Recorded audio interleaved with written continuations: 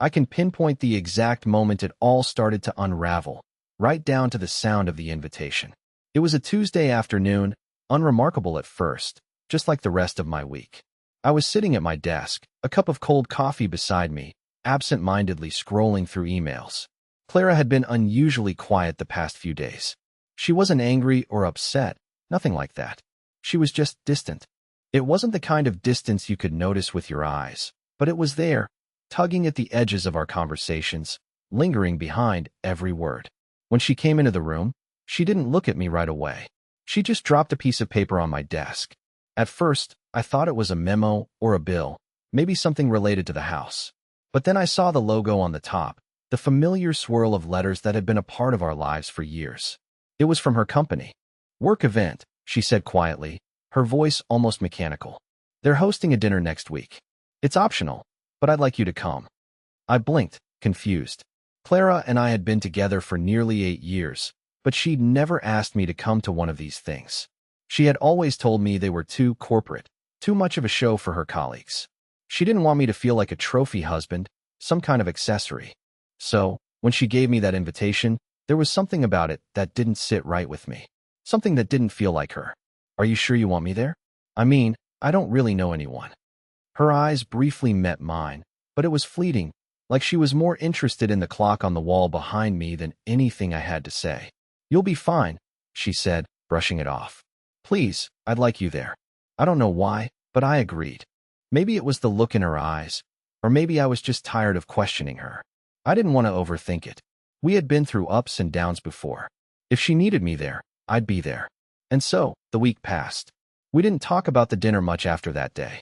I would ask her how things were going at work, and she'd nod, her answers brief. There was a subtle tension in the air, one I couldn't quite place. Clara wasn't the type to hide things from me, but I started to feel this undercurrent of secrecy, something hovering just below the surface. By the time the day of the dinner arrived, I was on edge. I couldn't explain it. My gut told me something wasn't right. When I walked into our closet to get dressed, I noticed something that caught my attention, a red dress. Clara had worn it once before, on a night we went out with friends. It was one of those dresses that was both elegant and daring, and when she wore it, she looked different, confident, powerful. But tonight, she wasn't going to be wearing it. She came out of the bathroom, wearing a navy blue gown instead. It was beautiful, no doubt, but it felt like a strange choice for her, as if she was trying to project a different image than the one I knew her for.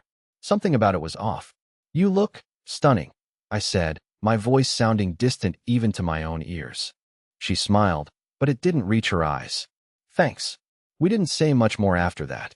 She checked her phone a few times, tapping her fingers against the screen with a kind of urgency that made me uneasy. I didn't ask who she was texting. I didn't need to. When we arrived at the venue, I could feel my pulse quicken. It wasn't the place, or the crowd, or even the music. It was Clara. How she seemed to transform the moment she stepped into that room. Her posture straightened, her smile widened, and she immediately gravitated toward her colleagues like they were the only people in the room. I was an afterthought. I tried to stay out of her way, but it was impossible not to feel that growing distance between us. Clara didn't speak to me much. She didn't even look my way. I watched her from a distance, laughing and talking with people I didn't recognize, and suddenly, I felt very small, like I was invisible to her. I hadn't realized until that moment how alone I was in that sea of people. It was then that I saw it. The way she looked at him. He wasn't the kind of guy I would have noticed before. Tall, sharp jawline, tailored suit, the kind of guy you'd expect to see in a high-end magazine spread. But what caught my attention wasn't his looks. It was the way Clara reacted to him. She didn't just smile at him like she did everyone else. No, this was different. There was an electricity in the air when they spoke, something that hummed just beneath the surface. And when their hands brushed against each other, it was like I wasn't even there. I felt my stomach tighten. I knew then that something was happening, something I wasn't part of, and I couldn't ignore it any longer. But the real question was, what was I going to do about it? Because in that moment, I knew nothing would ever be the same. The evening started to drag on, each minute feeling longer than the last. Clara was slipping further and further away from me, as if the crowd around us had swallowed her whole. I stood near the buffet table, awkwardly picking at the finger foods, trying not to look like the odd one out. "Clara," on the other hand, was at the center of everything.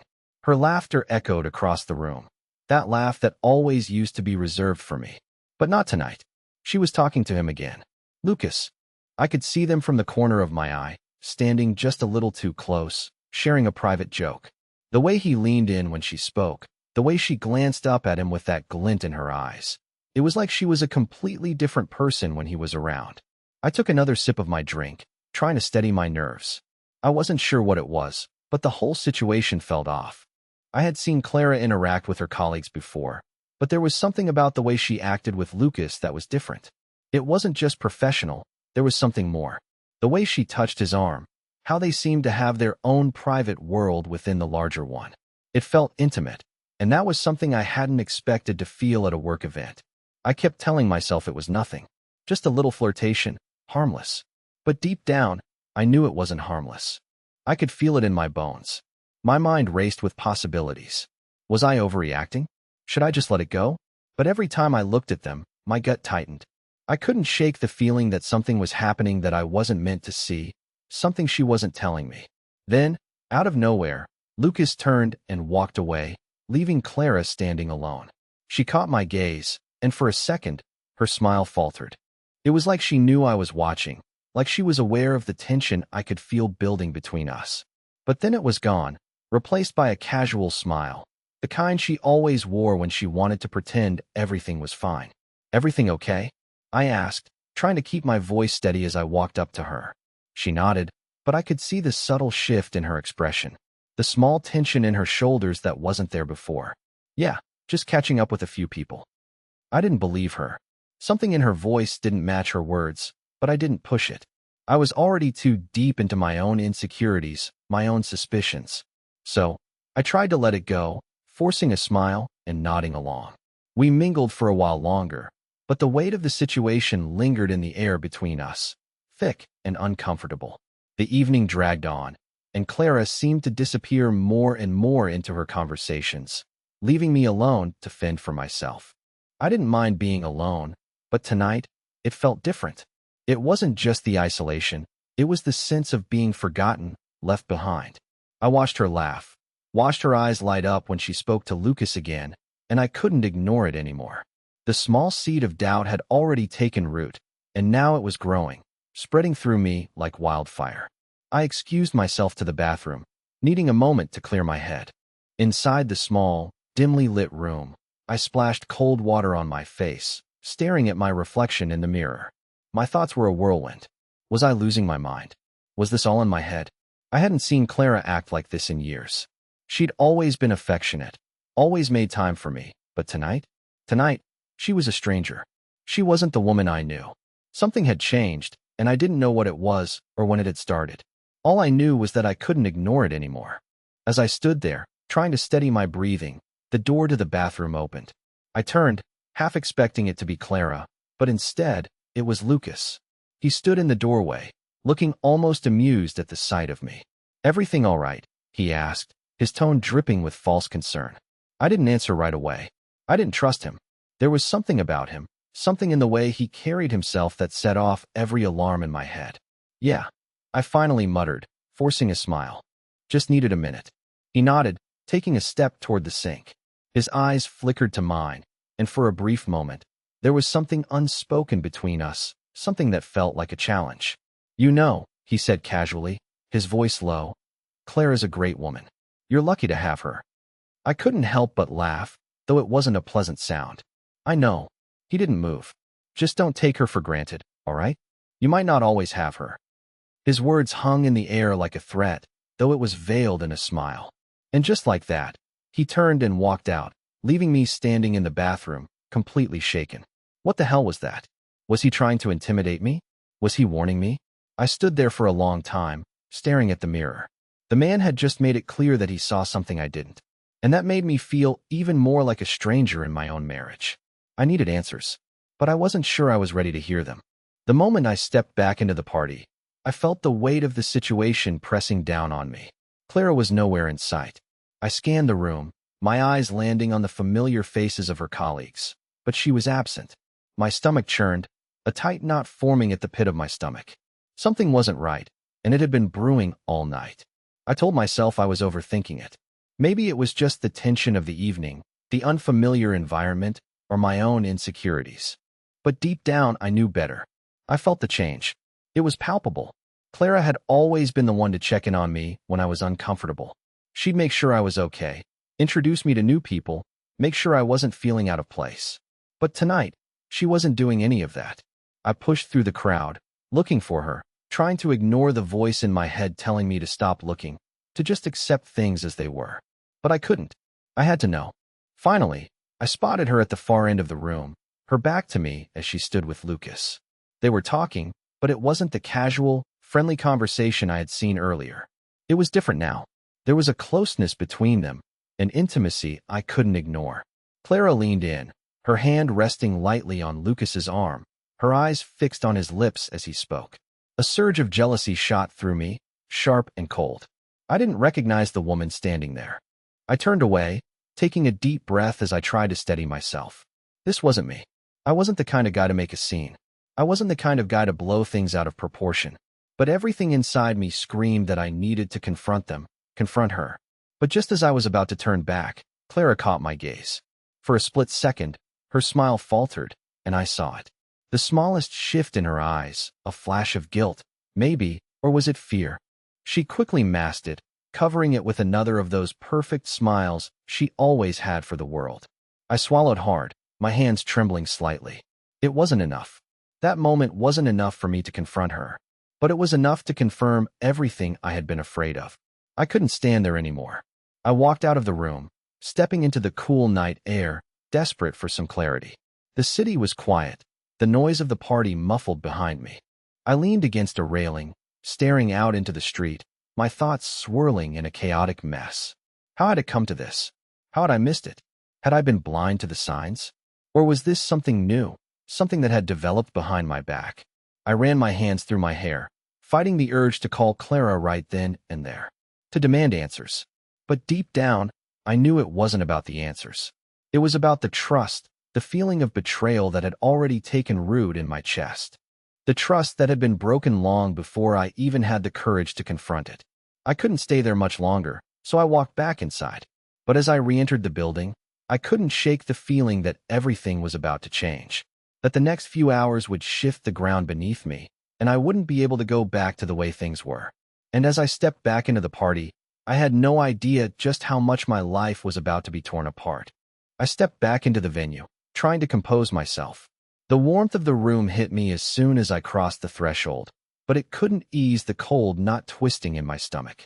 Clara and Lucas were still talking, but now they were closer than before, standing in the corner by the large windows. I could see them clearly from across the room. Clara's hand was on the back of his chair. She wasn't holding him, not in any overtly physical way, but it was the subtlety of it that struck me. She was leaning in, her words clearly for him, and her gaze never left his. For a moment, I thought maybe I was just being dramatic. Maybe it was nothing. But the longer I watched them, the more that gnawing feeling grew. It wasn't just the way they were standing, or how they were leaning toward each other. It was the quiet, unspoken connection between them that I couldn't ignore. I needed to shake myself out of this. Maybe I was reading too much into it. After all, she was just being friendly, right? But the way Lucas kept looking at her, there was something more there, something darker, something that made me feel like an outsider in my own relationship. I tried to find something to occupy my mind. I wandered over to the bar, but every conversation, every laughter-filled moment I overheard, seemed to make the knot in my chest tighten. And then, as if on cue, I heard Clara's voice behind me. "You okay?" she asked, her tone laced with concern that didn't quite match her earlier behavior. I turned to face her. She looked perfect, as always, her makeup flawless, her dress shimmering in the low light. But there was something different in her eyes. That same guarded look she'd had before. I didn't know how to explain it, but I could tell she was hiding something. "I'm fine," I said, forcing a smile.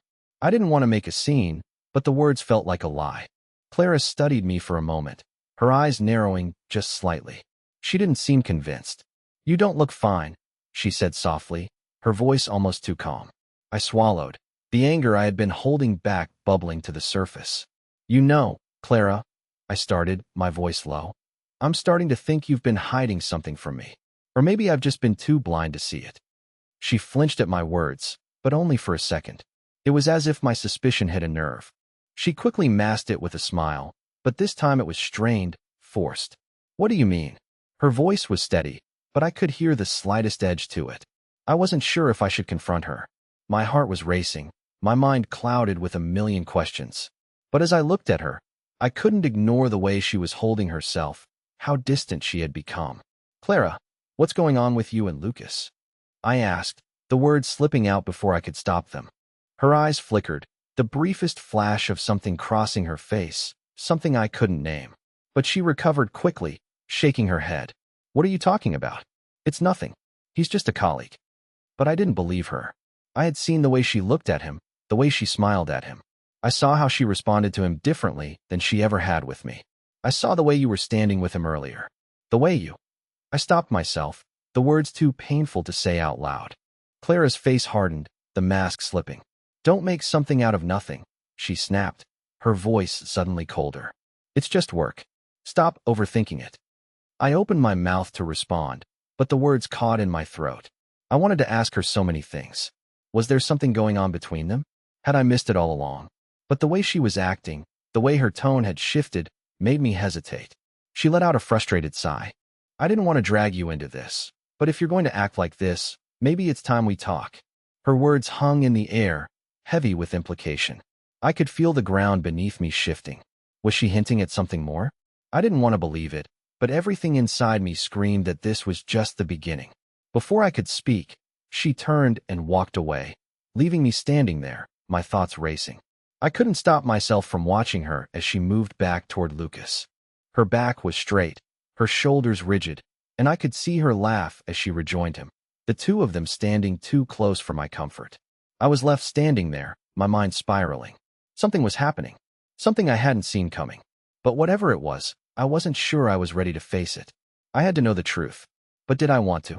The air around me felt heavier as Clara rejoined Lucas, their conversation picking up where it had left off. I couldn't focus on anything else. The room seemed to spin in slow motion. My heart thudded in my chest as I watched them, unable to tear my eyes away. I hated the way my mind worked in that moment. Doubt crept in, and once it took hold, it was impossible to shake. Was there something more going on between them? Had I been completely blind? I excused myself to the restroom, needing to get away from the suffocating atmosphere. The cold tile against my hands as I braced myself against the sink helped to ground me, but only for a moment. My reflection in the mirror seemed distant, unfamiliar, as if I were looking at someone else entirely. What was I doing? What was happening to my marriage? I had to get some clarity. I needed answers. I stepped out of the bathroom and paused. There, at the end of the hallway, I saw Clara again, this time alone. She was standing by the exit, her arms crossed as if she were waiting for someone. I couldn't just let it go anymore. I walked up to her, my heart racing, my hands clenched into fists at my sides. Clara, I said, my voice barely above a whisper. We need to talk. Now. She looked at me, startled, as if she hadn't expected me to approach her like this. There was something in her eyes, frustration, maybe, or guilt, but it disappeared almost as quickly as it had appeared. About what? She asked, her tone defensive, but not harsh. I couldn't hold it in anymore. About you and Lucas, I spat, before I could stop myself. I don't know what's going on between you two, but I can feel it. You're not fooling me. She took a deep breath, then looked down, not meeting my gaze. I told you it's nothing. You're reading too much into it. No, I'm not, I snapped. I'm not stupid. I see the way he looks at you. I see the way you... I stopped myself, choking on the words. The jealousy I felt was suffocating. She winced, then took a step back. I'm not doing anything behind your back, she said, her voice shaky. But you're not listening to me. You never listen. All I want is for you to trust me. The words stung. I couldn't ignore the way her tone had shifted, like she was trying to distance herself, but also trying to hold on to something. What was I supposed to think? What was I supposed to feel? I want to trust you, Clara, but you're making it so damn hard. There was a long pause. She didn't say anything at first, and for a moment, I thought she might just walk away again. But then she finally spoke, her voice low and hesitant. You're right, she said quietly. You deserve to know the truth. My heart skipped a beat. This was it. This was the moment I had been waiting for. But the words that followed took me completely by surprise. "I've been trying to protect you," she continued, her eyes meeting mine. "But I've been spending more time with Lucas because we're working on something together, and I didn't want to drag you into it." "Working on what?" I asked, my voice trembling with both fear and anticipation. She swallowed hard, her hands shaking slightly. "It's not what you think. But I can't lie to you anymore." The truth was hanging in the air between us, but it wasn't clear yet. I needed to know what she meant, what had been happening behind my back. Was this some sort of professional collaboration, or was there something more to it? But before she could say anything more, a loud voice interrupted us. "Lucas, Clara, there you are," he called out from across the room, his voice warm and easy. She looked at me, her expression unreadable. Then, without another word, she walked toward him, leaving me standing there, unable to move. The moment had passed, but the questions, the fear, they remained. I watched her walk away, the distance between us growing with every step she took. My heart pounded in my chest, my mind racing. What just happened? I had almost gotten the truth, but now I was left in the dark once again. I wanted to follow her, to demand answers, but a sense of hesitation held me back. Maybe I was afraid of what I might hear. Or maybe, just maybe, I was scared of what I already knew deep down. Lucas had that same confident stride as he approached Clara, the easy smile plastered on his face. He didn't even acknowledge me, and I could see Clara's body language shift the moment he was close. She leaned in slightly, her posture softening. A part of me wanted to shout, to drag her away from him, but I stayed frozen, rooted to the spot. She turned to face him, and for a split second, their eyes locked, intensely, intimately. It was a moment so brief, so subtle, but it spoke volumes. There was something between them, something I couldn't deny. I needed to know what had been going on, what I had missed. I could feel it in every fiber of my being. Something was wrong, and I couldn't ignore it anymore. I turned away and walked outside, the cold night air hitting me like a slap. I needed to clear my head. I needed to think. But my thoughts kept circling back to one thing: Clara. The woman I thought I knew had slipped away somewhere along the way. The person I was looking at now wasn't the same woman I married. I leaned against the railing, staring out into the dark city streets. The sound of my own breath was the only thing that seemed to break the silence. I felt completely and utterly lost. Was I imagining it? Was this all in my head? The answer seemed clear, but I wasn't ready to face it. Not yet. I needed time. Time to figure out what came next. But I wasn't sure how much time I had before everything crumbled completely. The night seemed to drag on forever. Every second I spent in that place felt like an eternity, yet every time I glanced toward Clara and Lucas, I couldn't ignore the growing sense of dread that had settled deep in my gut. I didn't know how much longer I could stay in that uncomfortable silence, pretending like everything was fine when I knew it wasn't. I looked around the room, half-heartedly nodding and exchanging polite greetings with people, but my mind was far away, locked on Clara and the way she was still with Lucas. Her smile was bright, her laugh genuine, something she used to reserve for me, but now it was all too easy for him. I hated how it felt. Every laugh, every touch, felt like a betrayal. The knot in my chest tightened with each passing moment, and I couldn't fight the thoughts that kept creeping into my head. What if they were more than just colleagues? What if I had been blind to the truth for too long? I wanted to shake myself out of it, but the doubt gnawed at me like a constant presence. Maybe she hadn't cheated, but something had changed. Something wasn't right. I couldn't take it anymore. The walls of the venue felt like they were closing in on me, suffocating me. I grabbed my coat from the back of a chair and walked toward the exit. I wasn't sure what I was doing, but I knew I needed air. The cold outside hit me like a shock, but it was a welcome relief. I walked aimlessly through the empty streets, my mind still racing, my thoughts still on Clara. I couldn't shake the image of her with Lucas. The way they stood so close, the way she looked at him like he was the only person in the room. The way she didn't look at me. She hadn't even glanced my way when I left the bathroom earlier. It was like I wasn't even there. I didn't know if I was just being paranoid or if something real had shifted between us. Either way, I wasn't ready to let it go. I needed to confront her. But what would I even say? How could I explain this growing sense of unease without sounding like I was accusing her of something I couldn't prove? How could I accuse her of something I didn't even understand? My phone buzzed in my pocket, snapping me out of my spiral. I pulled it out, my heart skipping when I saw Clara's name on the screen. "Where are you?" she texted. I didn't respond immediately. I stared at the message, trying to figure out what to say. It wasn't like her to reach out to me like this, especially not after how we had just left things. Finally, I typed out a short reply. "I just needed some air." The three little dots appeared almost immediately. She was typing back. My stomach twisted as I waited. "I know you're upset. Let's talk when you get back," she wrote. A small part of me wanted to just turn around and go back to the event, to act like nothing had happened, to pretend everything was fine. But I couldn't. I couldn't go back to that version of us, pretending I hadn't seen the cracks forming. Not anymore. I didn't respond to her message. Instead, I shoved my phone back into my pocket and kept walking. The cold air was starting to numb my thoughts, but the questions kept coming. Was she going to admit what had been happening between her and Lucas? Did she even realize what she was doing? Or was she too far gone to even care?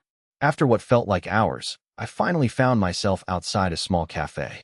The lights were dim, and the quiet inside called to me. I stepped in, sitting at a corner table by the window.